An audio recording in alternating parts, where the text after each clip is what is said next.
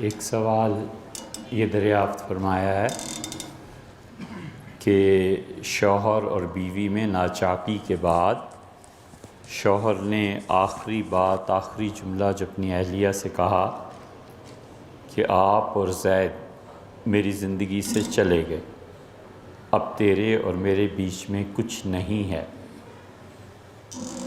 دیکھیے بھیا، یہ جملہ سب سے پہلی بات یہ ہے کہ کس نیت سے کہا گیا۔ اگر نیت طلاق کی نہیں تھی تو پھر یہ کچھ نہیں، وہ شوہر ہیں اور وہ بیوی۔ اور اگر نیت یہ طلاق کی تھی تو پھر اس کی کچھ صورتیں بنتی ہیں کہ طلاق کی نیت سے اگر انہوں نے فرمایا تو ایک طلاق ایسی واقع ہو گئی کہ نکاح ٹوٹ گیا، اور طلاق کی چونکہ نیت تھی تو اس لیے اب بغیر نکاح کے اس خاتون کے ساتھ بیوی کے تعلقات قائم کرنا یہ جائز نہیں ہے، اور طلاق کے ہوتے ہی عورت کی عدت شروع ہو جاتی ہے۔ یہ اصول کی بات۔ آدمی نے طلاق دی اور خط لکھ دیا اور 20 دن بعد 10 دن بعد کاغذات پہنچے، کاغذات راستے میں کھو گئے، پتہ ہی نہیں چلا، لیکن جس دن اس نے طلاق دی تھی اسی دن خاتون کی عدت شروع ہو جائے گی۔ تو اس لیے آپ نے فرمایا ہے کہ 1 سال قبل کہا تھا تو یقیناً 1 سال میں خاتون کی عدت پوری ہو گئی ہوگی، سوائے اس کے کہ کوئی اور غیر معمولی مسئلہ پیش آ جائے، وہ تو پھر لمبی بات ہے، لیکن عمومی طور پہ 1 سال کے اندر اس خاتون کی عدت جو ہے وہ پوری ہو گئی۔ اور اگر نیت نہیں تھی تو پھر وہ نکاح میں ہی ہے۔ اور اسی طرح اگر خلا کی بات ہے تو خلا مکمل ہو جانے کے بعد عدت شروع ہوگی۔ خلا نامکمل ہوتا ہے تو عدت شروع نہیں ہوتی، خلا مکمل ہو جائے، شوہر اور بیوی نے رضامندی سے یہ بات طے کر لی کہ اب بس میری طرف سے آپ فارغ ہو، یہ طے کیا، تو سب سے اچھی صورت پہ اس کی خراب ترین صورتوں میں بھی سب سے اچھی صورت ہے کہ ایک طلاق دے دے۔ خلا کی ضرورت کیا؟ خلا تو ہوتا ہے مال کے عوض میں، حق مہر چھوڑنے کے عوض میں، کہ عورت حق مہر سے رجوع کر لے، دستبردار ہو جائے کہ مجھے حق مہر نہیں لینا۔ یہ جو بڑے بڑے حق مہر لکھواتے ہیں نا، یہاں پہنچ کے انہیں مصیبت پیش آتی ہے کہ اگر وہ طلاق دے تو اب اس کو حق مہر تو دینا ہی ہے، یا تو وہ پہلے دے چکا ہے یا پھر بعد میں دے گا، بہرحال اسے دینا ہے۔ اور اگر خلا کا مسئلہ ہوا تو پھر خلا کو لڑکی چھوڑ دے گی، وہ پھر ایک الگ صورت بن جاتی ہے، یعنی بڑا حق مہر جو ہے 10 لاکھ 15 لاکھ، یہ مصیبت پیدا کرتا ہے جب طلاق کی صورت ہوتی۔ چنانچہ حضرت رسالت مآب صلی اللہ علیہ وسلم کے سامنے ایک مسئلہ ایسا پیش آیا تھا اور عورت نے خلا کا دعویٰ کیا تھا، اور اس خلا کے دعوے پہ رسول اللہ صلی اللہ علیہ وسلم نے فرمایا تھا کہ تم حق مہر چھوڑتی ہو، تو جو باغ ان کے شوہر نے حق مہر میں ادا کیا تھا وہ پلٹ گیا، واپس ہو گیا۔ شوہر کا حق مہر کو واپس نہ لینا سب سے اچھا ہے۔ آپ نہیں رہنا چاہتی،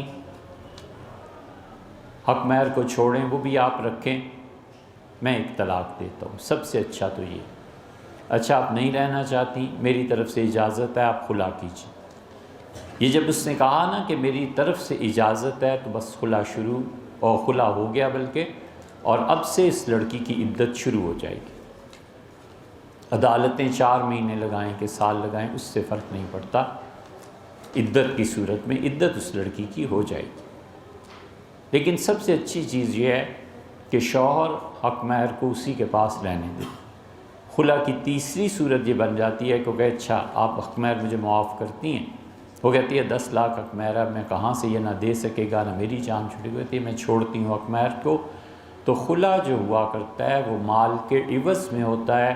حضور اقدس صلی اللہ علیہ وسلم نے باغ کے عوض میں خلا کروا دیا تھا، اور اس کے بعد فرمایا تھا اب اسے طلاق دو۔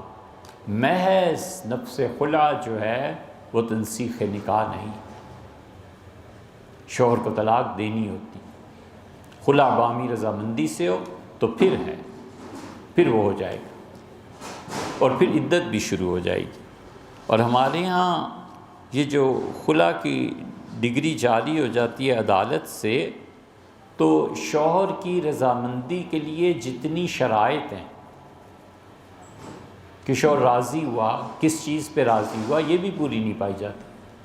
اس سے ہمارے نزدیک یہ خلا جو ہے یہ کافی نہیں ہوتا کہ عدالت نے کہا خلا کر دیا تو جا کے لڑکی دوسرا نکاح کر لے، نہ اپنے اس شوہر سے طلاق لے، اور یا پھر عدالتی تنسیخ نکاح جو ہے اس کو مکمل شرائط کے ساتھ کیا جائے۔ ہمارے عدالتوں کے نظام میں یہ شرائط مکمل نہیں ہوتی، اس لیے یا تو قانون سازی کی جائے صحیح معنی میں، اور قانون سازی کرے گا کون؟ قانون سازی کریں گے یہ نظریاتی کونسل والے جن کو 4 حرف عربی کے پڑھنے نہیں آتے، اور یہ نظریاتی کونسل ایسی بیکار کی کونسل اب بنی ہے نواز شریف صاحب کے آخری دور میں جو بنائی گئی ہے، ایک سے ایک بڑا جاہل اکھٹا ہے اور ایک سے ایک بڑا آدمی ہے جو عقلی طور پہ دین کو ثابت کرنا چاہتا ہے، اور وہ یہ چاہتا ہے کہ خدا کا دین عقل کے ذریعے ثابت ہو، باقی کچھ نہیں۔ نظریاتی کونسل ایک ہی مرتبہ بنی تھی اور وہ بھٹو نے بنائی تھی، اس وقت کے جید علماء بھٹو صاحب نے چنے تھے، اور یہ بہت بڑا کام تھا ان کا۔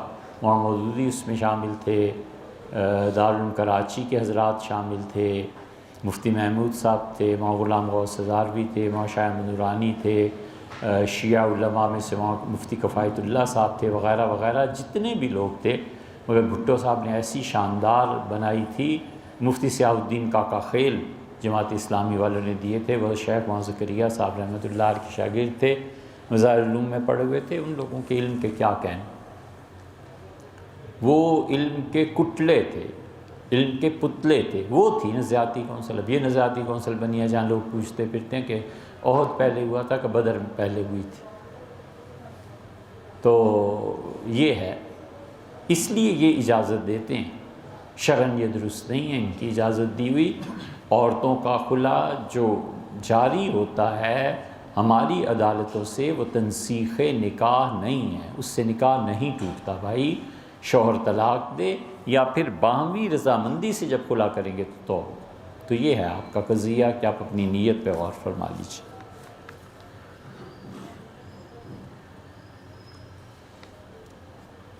حج پر اگر بیوی اور ساتھ جا رہی ہوں تو کیا ایک غیر محرم عورت ساتھ جا سکتی ہے؟ سفر میں اب وہ چیزیں نہیں رہیں، کئی مرتبہ یہ مسئلہ آیا ہے بھائی، بالکل سفر کر سکتی ہیں۔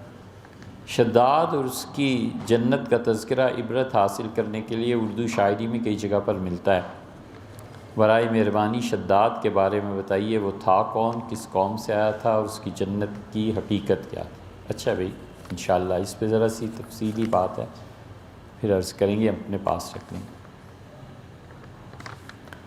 ترک تاریخی ڈرامہ ارطغرل کو لے کر بہت سوال کرتے ہیں کہ اس کو دیکھنا کیسا ہے، ترک تاریخ پر بنایا گیا ہے، اس میں ساز اور خواتین بھی موجود ہیں، عثمانیوں کے جد امجد کی تاریخ کو ڈرامہ کی صورت میں دکھایا گیا ہے۔ بھائی میں کچھ نہیں جانتا، مجھے یہی نہیں پتہ کہ کون سا ڈرامہ ہے اور کیا آتا ہے کیا نہیں آتا، کچھ پتہ نہیں۔ تغرل بہت بڑے آدمی تھے، تغرل نے جو فتوحات کی تھی سلجوکیوں میں تھے نا، تو سلجوکی سلطنت کو جتنا انہوں نے بنایا تھا اور جس بڑے مقام کے وہ لوگ تھے، لوگ اس کو کیا جانتے، بہت بڑے آدمی۔ آج کل انبیاء کرام علیہ السلام کی زندگی کے بارے میں فلمیں بنائی جا رہی ہیں، ایسی فلمیں دیکھنا درست ہے؟ دیکھنے کی ضرورت کیا پیش آ گئی؟ اور تھوڑی چیزیں یہ کسی کے رکنے سے تھوڑا ہی رکیں گی، آج سے 50 سال بعد جو مفتی آئیں گے ان کے یہاں سب چیزیں یہ جائز ہو جائیں گی، پھر اس سے اگلی جنریشن آئے گی تو مستحب ہو جائیں گی کہ بچوں کو ذرا اچھی چیزیں دکھایا کریں۔ مگر بنیادی سوال یہ ہے کہ دیکھنے کی ضرورت کیا ہے آخر؟ ایمان کو ان چیزوں کا محتاج ہے، اپنے نفس پہ محنت کرنی چاہیے، ہر وہ چیز جو اللہ کی راہ میں نفس پہ ناگوار گزرتی ہے نا، اس کو کہتے ہیں مجاہدہ۔ اللہ کے قرب میں نفس کا سفر طے ہوتا ہے دو چیزوں سے، پازیٹیو سائیڈ پہ اللہ کے ذکر سے، اس کی یاد سے، اور نیگیٹو سائیڈ اگر دیکھیں تو مجاہدے سے، یعنی اپنے نفس پہ ایسے قابو پانا کہ اس کی خواہشات ختم ہوں، اس کی خواہشات پہ لگام پڑے، کنٹرول پڑے۔ یہ مجاہدہ کرنا چاہیے اللہ کی راہ میں۔ ان ڈراموں سے، ان چیزوں سے کیا پتہ چلتا ہے؟ غیر محرم عورت سے سلام کرنا چاہیے، نیت ٹھیک ہو تو کوئی حرج نہیں، کوئی ایسی بات نہیں۔ یہ فقہا نے جتنی پابندیاں لگائی ہیں نا، ایک تو لوگوں کی نیتوں کی وجہ سے، اور ایک فقہا نے اس لیے پابندیاں لگائی ہیں کہ ٹیشو پیپر ٹھیک، ایک فقہا نے اس لیے پابندیاں لگائی ہیں کہ وقت ایسا آ گیا تھا حالات کی وجہ سے، اور دوسری جو فقہا نے پابندیاں لگائی ہیں وہ لوگوں کی نیتوں کی وجہ سے، کہ اب ہم کسی کی نیت کو کیسے جانچ سکتے ہیں؟ ہمیں نہیں پتہ کسی کی نیت کیا، تو اس لیے انہوں نے احتیاط اسی میں سمجھی، دے دو جنہیں بھی استعمال کرنا، احتیاط انہوں نے اسی میں سمجھی کہ لوگوں کو باز رکھا جائے، وگرنہ قرون اولیٰ میں یہ نہیں تھا۔ سیدنا ابوبکر رضی اللہ عنہ جب امیر بنے ہیں اور خلیفۃ المسلمین بنے ہیں تو مسجد نبوی میں بیٹھتے تھے، عورتیں آتی تھیں، سلام کرتی تھیں، مصافحہ کرتے تھے سیدنا ابوبکر رضی اللہ عنہ۔ اب یہ جتنی روایات اس طرح کی آئی ہیں، بہت سی سنن کبریٰ میں امام بہقی رحمۃ اللہ علیہ نے لائے۔ ہم یہ تو نہیں کہہ سکتے کہ بالکل ہی حرام کام ہے، پھر جا کر اس کی زد کہاں پڑے گی صحابہ کرام رضی اللہ عنہ پہ۔ تو ایسی چیزیں ہوتی ہیں، ہوئی ہیں، لیکن نیتوں کا اعتبار کیا جاتا ہے، اس لیے اجازت نہیں دی جا سکتی کہ ہر آدمی ہر غیر محرم عورت کو سلام کرتا پھرے، مگر فی نفس ہی یہ جائز ہے، اصل میں یہ جائز ہے۔ دفاتر کے اندر جونیئر محرم سٹاف ہوتا ہے، اچھا دفاتر کے اندر جو غیر محرم سٹاف ہوتا ہے، ایسی صورت میں کیا کرنا چاہیے؟ کوئی حرج نہیں ہے، سلام کرنے میں آدمی کو اپنی نیت کے بارے میں محتاط رہنا چاہیے، باقی کوئی ایسی بات نہیں۔ احادیث کی روشنی میں ماہ رجب کی کیا اہمیت ہے؟ مدرجہ ذیل حدیث واٹس ایپ پہ موصول ہوئی ہے، اس کے بارے میں حضرت سلمان فارسی رضی اللہ عنہ نے کہا کہ نبی کریم حضرت محمد صلی اللہ علیہ وسلم ارشاد فرماتے ہیں، یہ یار صلی اللہ علیہ وسلم لکھتے ہوئے کیا ہوتا ہے؟ یہ سات کا نشان کیوں لکھتے ہو؟ پورا نہیں لکھا جا سکتا۔ میں نے جس نے رجب میں کچھ خیرات کی، گویا اس نے 1000 دینار خیرات کیے، اللہ تعالیٰ اس کے بدن کے ہر بال کے برابر نکلے گا اور 1000 درجہ بلند فرما کر 1000 گناہ مٹا دے گا۔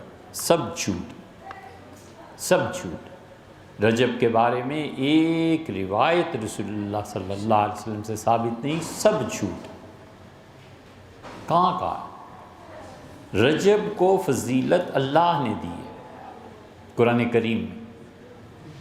اللہ تعالیٰ نے فرمایا کہ جس دن سے ہم نے آسمانوں اور زمین کو پیدا کیا، ان عدت الشہور، مہینوں کی تعداد اللہ کے نزدیک 12 ہے، اور پھر فرمایا کہ منہا اربعۃ حرم، 4 مہینے ایسے ہیں جو بہت زیادہ اللہ کے لیے اہم ہیں، اس میں اللہ کی عزت اور اللہ تعالیٰ کی تعظیم کو برقرار رکھنا، یعنی گناہ نہ کرنا۔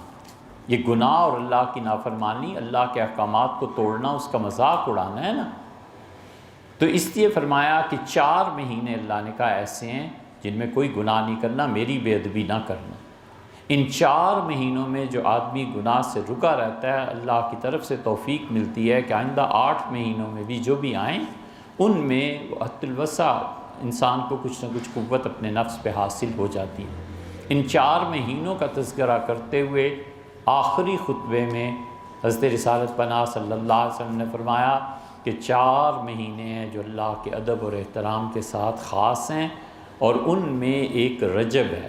اور پھر رسول اللہ صلی اللہ علیہ وسلم نے بتایا کہ جمادی الاخری کے بعد اور شعبان سے پہلے جو رجب ہے یہ ہے، کیونکہ عرب 2 رجب مانتے تھے، ایک رجب یہ تھا، ایک رجب ایک اور قبیلہ تھا ان لوگوں کا تھا، تو آپ نے تصریح فرما دی۔ آج یکم رجب ہے، کل آخری تاریخ تھی، چاند متوقع تھا تو پتہ معلوم نہیں چاند ہوا یا نہیں، بہرحال نہیں ہوا نا، تو کل سے یکم رجب ہے۔ اس رجب کے متعلق رسول اللہ صلی اللہ علیہ وسلم نے یہ بات ارشاد فرمائی ہے، اور اس میں دعا کی تھی، ایک جگہ آیا ہے کہ اللہ شعبان خیریت سے گزرے اور پھر ہمیں رمضان تک پہنچا، بس یہ کل خلاصہ ہے اس کا۔ اللہ نے اس کا ادب اور احترام رکھا ہے۔ باقی رجب کے نام پہ جتنی روایات ہیں ایک سے ایک بڑا جھوٹ ہے، حضور صلی اللہ علیہ وسلم پہ کچھ نہیں فرمایا۔ ہم اتنی شدت سے اس لیے تردید کر رہے ہیں کہ لوگوں کو حدیثیں مذاق بن گئی ہیں، لوگوں کے لیے حضرت رسالت پناہ صلی اللہ علیہ وسلم پر جھوٹ بولنا ولیعذ باللہ۔ کیا قرآن شریف کے گتے کو بغیر وضو چھوا جا سکتا ہے؟ وہ گتا تو اسی کا حصہ ہو جائے گا نا جی، اسی کے ساتھ پیوست ہو جائے گا، نہیں چھوا جا سکتا۔ ناپاکی کی حالت میں قرآن شریف کو زبانی پڑھنے یا سننے کی اجازت ہے؟ نہیں کرنا چاہیے، پڑھنا تو بالکل ہی نہیں چاہیے، تلفظ کرنا ناپاکی کی حالت میں بالکل جائز نہیں ہے۔ فقہا نے اسے حرام لکھا ہے، حرام کیوں مطلب ہے بہت بڑا گناہ، اور سننا بھی جب تک پاک نہ ہو جائے بہتر یہی ہے کہ اس سے بھی احتیاط کریں۔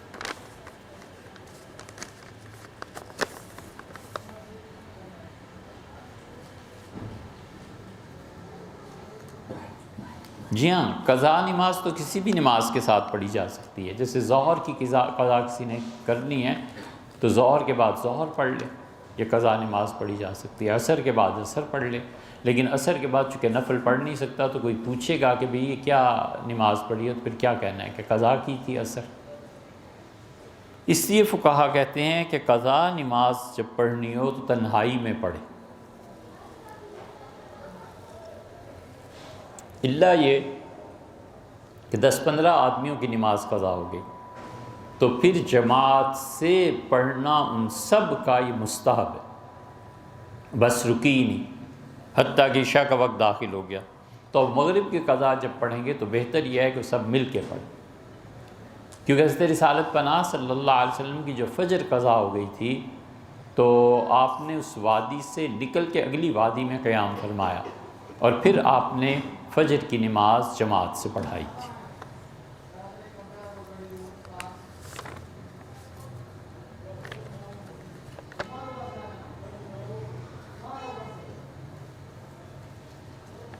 دیکھو بھیا، حرام مال سے نجات حاصل کرنا، یہ جتنے وظیفے اور چیزیں بزرگ بتاتے ہیں نا، سر آنکھوں پہ ہم ان کا انکار نہیں کرتے، لیکن ایک بات یہ کیوں نہیں سمجھ میں آتی کہ اللہ سے وہ چیزیں کیوں نہ مانگی جائیں جو خود اللہ کہتا ہے مجھ سے مانگو۔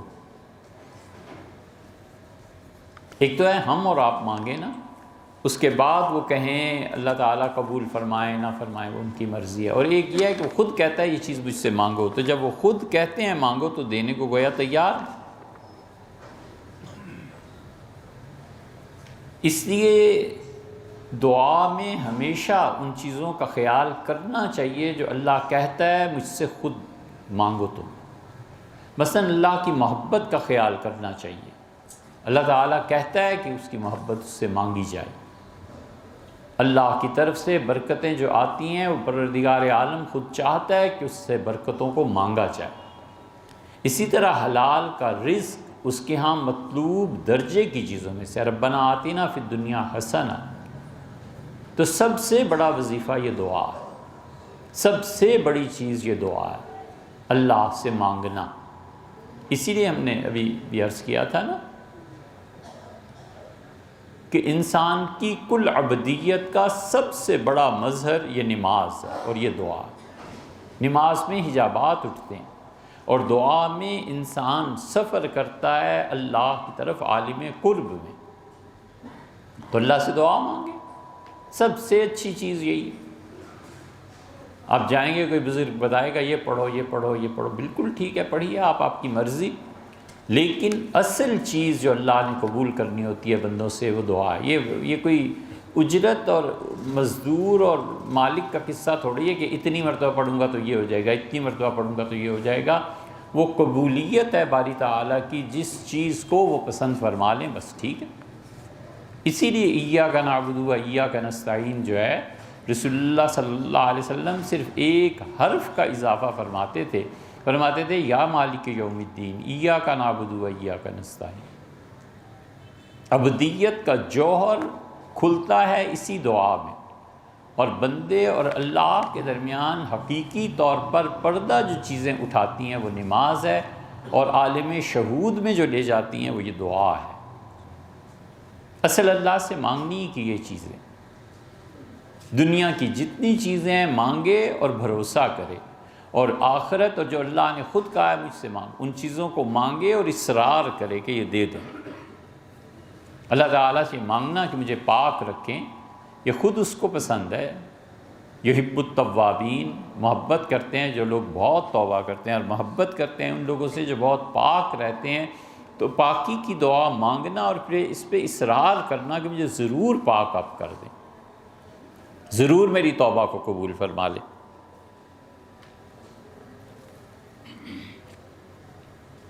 اسی لیے تو اس سورہ فاتحہ کی اتنی عظمت ہے۔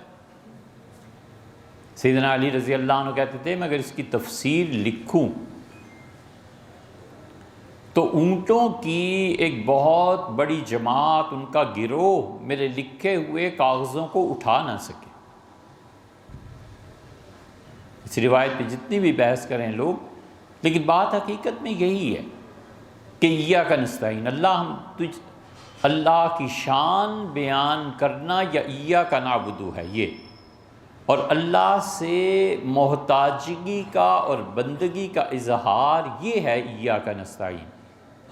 پورا قرآن ان دو میں جمع ہے، وہی ہے بات کہ ان دو میں جمع ہے، اور پھر ان دو میں بسم اللہ باعث استعانت ہو گئی نا کہ اللہ میں آپ سے مدد مانگتا ہوں، اور اس نے کہا بسم اللہ کو بھی کم کر لو، تو بے جو لکھا جاتا ہے تو پے تے سارے نقطے لکھے جاتے ہیں نا، تو ایک نقطہ اس کے نیچے آ گیا تو بسم اللہ میں با بن گئی، پھر وہی بات ہے ایک نقطے تے گل مکدی، ایک نقطے پہ بات آ گئی نا، اس سے بڑی گہری بات کہی کہ اللہ سے استعانت اور اللہ سے بندگی، یہ بندگی اتنی غالب آ جائے کہ وجود نہ رہے، دنیا میں کل اشیاء کا وجود ان کے موجود ہونے کے جبر کے ساتھ ہے، اور انسان کے موجود ہونے کی وجہ سے اس کا وجود اختیار کے ساتھ ہے، اور دونوں میں بڑا فرق ہے، وہاں جبرن وجود ہے یا اختیاری وجود۔ تو اسی اللہ سے دعا مانگیے، بس جب وہ چاہیں گے کر لیں گے، اور اگر بہت ہی پڑھنا ہے تو سب سے عمدہ وظائف تو وہ ہیں جو خود رسول اللہ صلی اللہ علیہ وسلم نے بتائے ہیں، ان سے کیوں ہٹتے ہیں؟ نبی کریم صلی اللہ علیہ وسلم نے یہ دعا تلقین کی ہے، سبحان اللہ و بحمدہ سبحان اللہ العظیم۔ قیامت کے حالات کا تذکرہ فرمایا، اور اس میں فرمایا کہ مسلمان ایک جگہ پر قلعے میں بند ہو جائیں گے، اور اس زمانے کا جو سکہ ہوگا 200 روپے میں ایک گائے کا سر ملے گا۔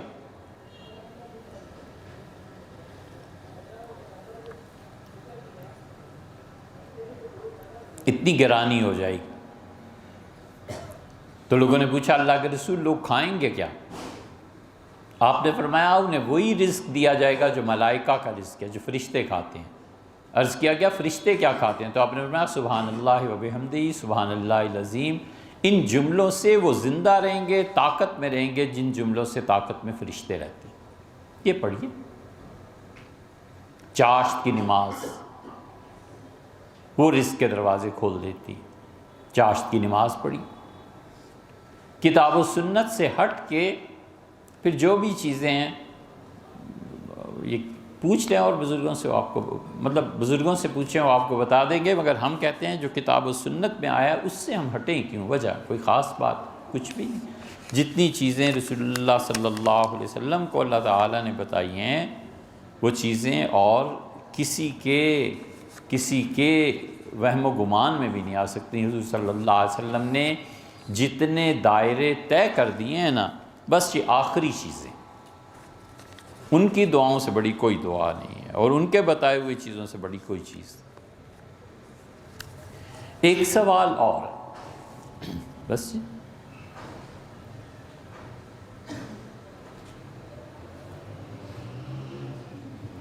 واٹس ایپ پہ بھی بڑے لمبے سوال لوگ لکھتے ہیں، کیا کہیں۔ یہ جو غزوہ ہند کی روایات ہیں نا، اتنے لوگوں نے اس سوال کو بھیجا ہے، اتنے لوگوں نے بھیجا ہے کہ جیسے اس ہندوستان پہ حملہ کرنا اور وہاں سے اب ہم جیتیں گے اور مودی کو زنجیروں میں جکڑ کر پاکستان میں لایا جائے گا، یہ سارے سوالات آتے ہیں، اور اتنے بیہودہ اور اتنے غیر سنجیدہ یہ لوگ ہیں کہ ذرا خدا کا خوف نہیں اور خلق خدا کی شرم و حیا نہیں کہ ایٹمی دھماکوں پر لطیفے بن رہے ہیں۔ اس غیر سنجیدہ اور بد اخلاق قوم کو اسی وقت جانچا گیا تھا جب وہ ایک لمبا سا میزائل، اور ہر شہر میں جلوس نکل رہے ہیں، پتہ بھی نہیں ہے کہ ایٹم بم ہوتا کیا ہے، اور لمبا سا میزائل جو تھا وہ لگا لیا اور روکی سوکی کھائیں گے، ایٹم بم بنائیں گے، بنا کے پھر کیا ہوا؟ ایمرجنسی لگ گئی، لوگوں کے ڈالرز کا کیا بنا؟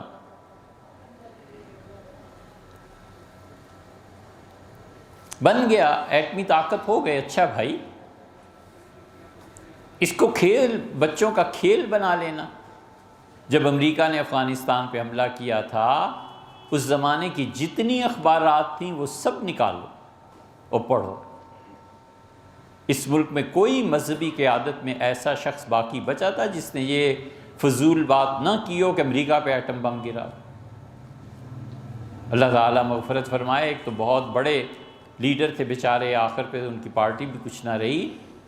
اس کے بعد حاضری ہوئی ان کی خدمت میں، تو ہم نے عرض کیا ایسے ہی پوچھنے کے لیے کہ حضرت یہ بتائیں، آپ نے فرمایا تھا کہ ایٹم بم جو ہے جا کے امریکہ پہ گرا دیا جائے، تو ایٹم بم لے جائیں گے کہاں سے؟ مولوی صاحب تم کمال کرتے ہو، پٹھان تھے نا تو ایسے ہی بولتے، ویزا لو، ایٹم بم جہاز میں رکھو۔ تو اس کی پھر دو صورتیں ہیں، افضل صورت تو یہ ہے کہ پائلٹ اپنے سمیت جہاز کو گرا دے اور شہادت کا رتبہ پائے، اور دوسری صورت یہ ہے کہ پھینک کے گھر واپس آ جائے۔ یہ جن لوگوں کے دماغ ہوں، یہ مذہبی قیادت ہے؟ یہ ان کے منہ بند کر دینے چاہیے کہ تم کرنے کیا چلے ہو۔ کوئی ایک مذہبی رہنما یہاں ایسا نہیں تھا جو اس موقع پہ ایٹم میں دخل نہ دیا، اور جن لوگوں نے بنائے ہیں ایٹم بم، پورے ڈیوریشن صدارت کی اور وزارت عظمیٰ کی گزر جاتی ہے۔ حرام ہے جو ایک مرتبہ لفظ منہ پہ لائیں ایٹمی۔ یہ بچوں کا کھیل ہے کوئی؟ اس زمانے میں ایک پاؤڈر تھا، ہم پروگرام کرتے تھے FM 100 میں، وہ پاؤڈر چھونے سے بیماریاں یا کیا ہو جاتا تھا، اور خطوط آتے تھے وہاں سوالات پہ، کئی خط اس میں پاؤڈر، عام ٹیلکم پاؤڈر بھرا ہوا ہے۔ یہ اتنے بے وقوف، اتنے غیر سنجیدہ ہیں کہ وہ پاؤڈر جو تھا وہ موت کا باعث بنتا تھا، اور وہ سائنٹسٹ تھے، انہوں نے ایجاد کیا تھا، اور یہ اپنے پاس سے ٹیلکم پاؤڈر ڈال کے خطوں میں بھیجا کرتے تھے۔ بھی تم چاہتے کیا ہو آخر؟ بازی باریش بابا بازی، بچے کھیلتے ہیں بالکل، لیکن کل کو اٹھ کے باپ کی داڑھی کو پکڑ کے نوچے اور کہے میں کھیل رہا ہوں، تو یہ کوئی طریقے ہیں؟ انسانوں کے طریقے؟ اسے اتنی بیہودہ چیزیں، اور پھر اس سے بچاؤ کی تدبیریں، اور ایٹم چل جائے گا، اور پھر حدیث پہ آ گئے کہ حدیث میں یہ آیا ہے مودی کو پکڑ کے لے آئیں گے اور یہ کر دیں گے وہ کر دیں گے۔ ہے مطلب نہ سمجھ میں آنے والی باتیں۔ قوم نہیں نا، کوئی تعلیم نہیں، تربیت نہیں۔ اسی لیے جو ڈرتے ہیں وہ اس سے کہ ان کے ہاتھ ایٹم بم ہے، اور کسی وقت کچھ کر دیں تو پھر کیا دنیا میں رہے گا۔ جتنی مذہبی قیادت تھی، اور سبحان اللہ اس مذہبی قیادت کو کوئی نہیں پوچھتا کہ تمہاری دماغ اپنے ٹھکانے پر ہے؟ کافر کافر شیعہ ساری تحریک چلا لی، 20 سال پوری قوم کو عذاب میں رکھا، بم دھماکے ہوئے، شیعہ سنی قتل عام ہوا، اب ٹھنڈے ہو گئے، اب کیوں نہیں بولتے؟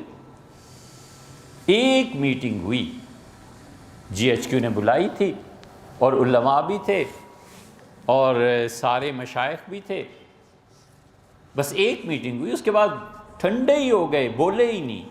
اب کہاں گیا ایمان، اور اب کہاں گیا شیعہ کافر، اور اب کہاں گئے ہو تم؟ اس مذہبی قیادت نے ہمیں دیا کیا ہے؟ اور اس مذہبی قیادت کا حال یہ ہے کہ امریکہ افغانستان پہ کارپٹ بمنگ کر رہا تھا، اور یہاں زمانے میں اگر لوگوں کو یاد رہے، ہر مسجد میں ڈنڈے لے کے کھڑے ہیں اور وردیاں پہنی ہوئی ہیں اور قائد کا حکم ہے۔ ہم نے کہا سبحان اللہ، تمہارے قائد جمہوریت ڈنڈے اور وردیوں کے ساتھ جا رہے ہیں افغانستان میں، اور جا کر اور سب سے بدتر اس شخص نے کیا، اور 1000 آدمی لے گیا اور کتنی فوج لے گیا، اور جا کر بند ٹینک وہ جو ہوتے ہیں بختر بند کنٹینر، بند کنٹینرز میں لوگ مر گئے ایک دوسرے کو کھا کر۔ کوئی خدا کا خوف نہیں، کوئی حیا نہیں۔ اس مذہبی قیادت کو ہمیشہ ڈبونا ہے، اور تم ہمیشہ جمع ہوتے ہو نیگیٹو پہ، کبھی پازیٹیو پہ جمع ہوئے؟ اب عذاب آ گیا انڈیا کے ساتھ لڑائی کا، اور حدیث لے آئے ہیں، یہ سب مذہب کا غلط استعمال ہے۔ ہم باز آئے بھی خدا کی پناہ مانگتے ہیں، اگر اسلام یہ ہے نا تو یار تم رکھو اپنے پاس ہی، ہمیں نہیں چاہیے ایسا اسلام۔ اب ہندوستان کی حدیثیں، حضور اقدس صلی اللہ علیہ وسلم نے ہندوستان کے متعلق ارشاد کیا فرمایا ہے؟ صحیح کتابوں میں نسائی میں آیا ہے، نبی کریم صلی اللہ علیہ وسلم نے فرمایا ہندوستان کے غزوے کے متعلق، اور حضرت ابو ہریرہ، حضرت ثوبان رضی اللہ عنہ وغیرہ حضرات یہ راوی، اور رسول اللہ صلی اللہ علیہ وسلم جو انڈیا پر حملہ کرے گا ہندوستان پہ، وہ لوگ ایسے ہیں جو بخشے ہوئے ہیں۔ حضرت ابو ہریرہ رضی اللہ عنہ نے کہا کہ اگر مجھے اللہ نے زندگی دی تو میں جاؤں گا وہاں، اپنے جان کو بھی خرچ کروں گا، اور جان کو خرچ نہ کر سکا، نہ جا سکا تو مال بھی خرچ کروں گا، شہید ہو جاؤں گا، اور اگر میں واپس آ گیا تو میں جہنم سے آزاد غازی کی حیثیت سے رہوں۔ بالکل ٹھیک ہے۔ ہندوستان پہ پہلا حملہ ہوا کب ہے؟ اگر اس حدیث کو مسلسل مان لیں کہ جب بھی ہندوستان پہ حملہ ہوگا تو پھر ہر ایک فوج جو بھی گئی ہے پھر وہ ٹھیک ہے، پھر تو تاتاریوں نے بھی کیا تھا، اور تاتاریوں میں مسلمان بھی تھے، وہ بھی بخشے گئے سارے۔ پھر تو تیسرا چوتھا حملہ یزید نے کیا تھا، یزید گیا تھا قسطنطنیہ میں، تو پھر یزید بھی بخشا گیا۔ ایک کوئی عقل کے ناخن لو، ہوش کے ناخن لو یار۔ نبی کریم صلی اللہ علیہ وسلم نے ہندوستان پہ حملے کے لیے جو کہا تھا، وہ 45 ہجری میں پہلی مرتبہ مسلمانوں نے حملہ کیا تھا، محلب کی سربراہی تھی، ہندوستان پہ حملہ ہو گیا، ان لوگوں نے کچھ علاقے فتح کر لیے تھے۔ 51 سال پھر رکے رہے مسلمان، محمد بن قاسم کی صورت میں دوسری مرتبہ حملہ ہو گیا۔ محمد بن قاسم آئے ہیں، راجہ داہر کے ساتھ ان کا مقابلہ ہوا ہے، اور پھر سندھ فتح ہوا ہے، اور محمد بن قاسم نے اپنے اس معاہدے میں ہندوؤں کو اہل کتاب قرار دیا ہے، یہ پڑھ لیں۔ پھر تیسرا حملہ ہوا، پھر چوتھا حملہ ہوا، پانچوں حملے محمود غزنوی سے پہلے ہیں۔ اب ان تمام حملوں میں جن لوگوں نے شرکت کی تھی، کیا ہم ہر ایک کے متعلق یہ حدیث کو عام کر دیں کہ ہر ایک بخشا گیا؟ ایسے نہیں ہے۔ وہ پہلے لوگ جو تھے جنہوں نے اسلام کی بنیاد رکھی تھی، اسلام 3 ہی طریقے سے پھیلا تھا، یا تو فوج کے ذریعے، اور انہوں نے بڑی مستحکم اور ٹھوس حکومتیں قائم کی، اور ان حکومتوں کے سائے میں صوفیہ نے کام کیا۔ حضرت معین الدین چشتی، خواجہ اجمیری، حضرت نظام الدین وغیرہ وغیرہ رحمہم اللہ، انہوں نے جتنا دین کا کام کیا، اگر ان کی پشت پہ اتنی مضبوط اسلامی حکومت نہ ہوتی تو برہمن انہیں کام کرنے دیتے اور زندہ چھوڑ دیتے۔ اور تیسرا طریقہ تاجر، تاجروں کے ذریعے اسلام پھیلا۔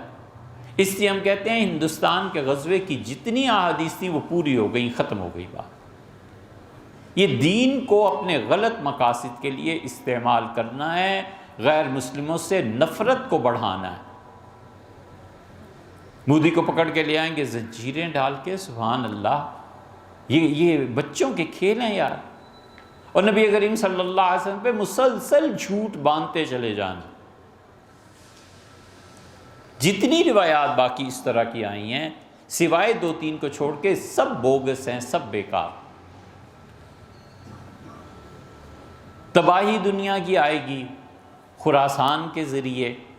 خراسان تباہ ہوگا جب ہندوستان سندھ کو تباہ کر دے گا، سندھ تباہ ہوگا جب چین سے لوگ اٹھیں گے، اور چین تباہ ہو جائے گا 3 طریقوں پہ، یا تو وہاں ہلکی ہلکی بارش ہوگی جو انہیں تباہ کر دے گی، یا ریت کی ہوا چلے گی، یا وہاں پر بیوہ عورتوں کی کثرت ہو جائے گی، اور چین میں جو تباہی آئے گی وہ ان 3 اسباب میں سے کسی سے آئے گی۔ ابن کثیر نے ایسی چیزیں لکھی ہیں، اور اس نے آخر پہ پہنچ کے صاف انکار کر دیا، اس نے کہا کوئی چیز ان میں سے ثابت نہیں ہے، اب ملاتے چلے جاؤ اپنے پاس۔ اس لیے بھیا ہوش کرنا چاہیے۔ نبی کریم صلی اللہ علیہ وسلم نے پہلے غزوہ ہند کے متعلق فرما دیا تھا۔ اب یہ غزوہ ہند کو جو لوگ استعمال کر رہے ہیں نا، انہیں یہ بھی سوچ لینا چاہیے کہ تم اس کی تشریحات میں اس موجودہ ہندوستان کو لا رہے ہو، اس ہندوستان کو کیوں بھئی؟ خراسان کا ذکر رسول اللہ صلی اللہ علیہ وسلم نے فرمایا۔ یہ دوسرا اس کا جواب ہم پیش کر رہے ہیں۔ خراسان جو تھا نبی کریم صلی اللہ علیہ وسلم کے زمانے میں پورا مشرق خراسان میں شامل تھا، اور پھر آتا ہے تبت اور چین کی لڑائی کا ذکر، کہ تبت والے چین کو چھیڑیں گے اور چین والے تبت کو تنگ کریں گے، اور یہ دونوں آپس میں لڑیں گے۔ اس کے بعد بھی محدثین نے لکھا ہے سب جھوٹ ہے، یہ لوگوں کے اپنے اپنے قیافے ہیں جو انہوں نے اپنے زمانے میں بنا لیے تھے۔ خراسان پورے کا پورا، اور خراسان سے دجال بھی آئے گا۔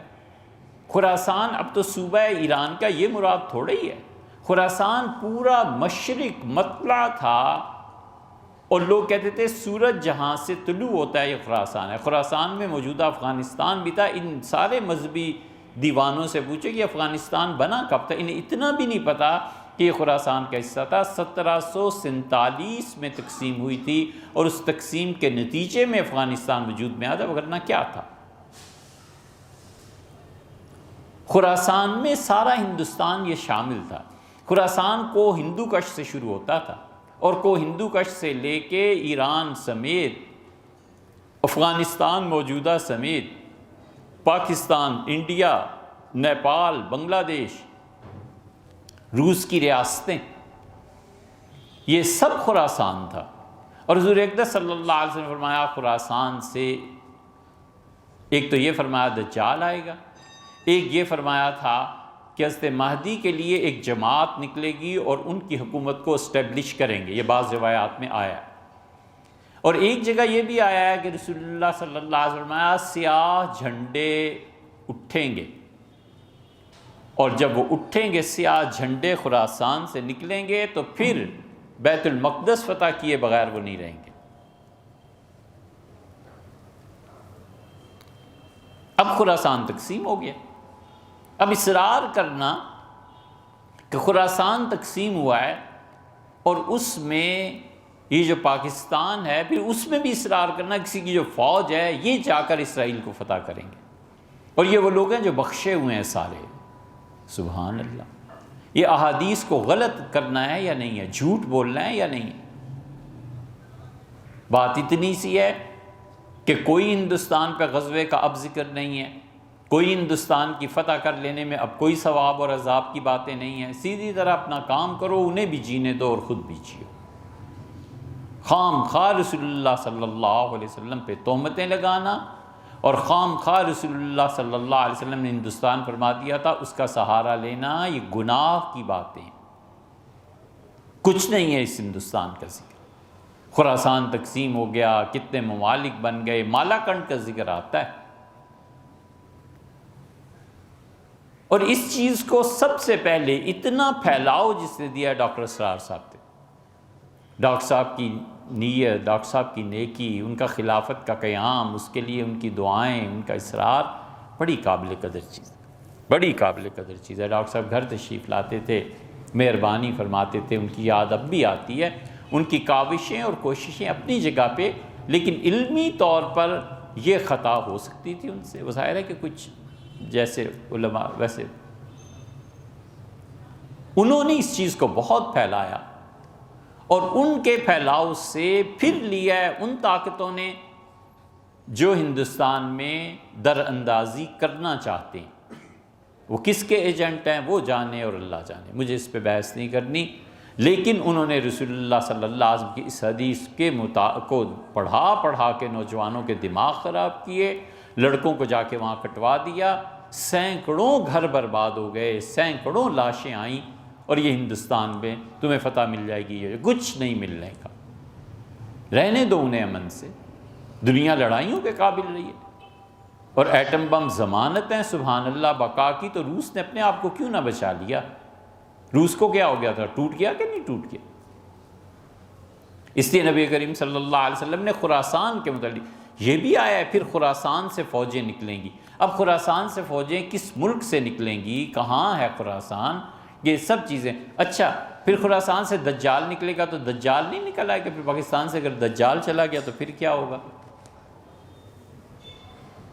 اگر ساری پازیٹیو سائڈز پاکستانی کی فوج جائے گی، اسرائیل فتح کرے گی، تو پھر خراسان ہی کا حصہ تھا نا پاکستان، اسی بنیاد پر، تو اسی بنیاد پر آگے کہو دجال بھی یہیں سے کوئی نکل آئے گا۔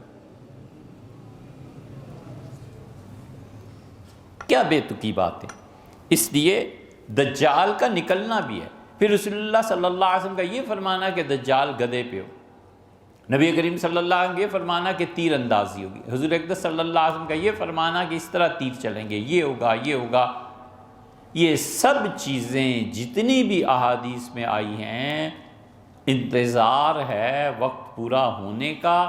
جب وقت پورا ہوگا تو اس وقت پتہ چلے گا کہ رسول اللہ صلی اللہ علیہ وسلم نے جو گدھا فرمایا تھا، یہ گدھا آخر ہے کیا چیز۔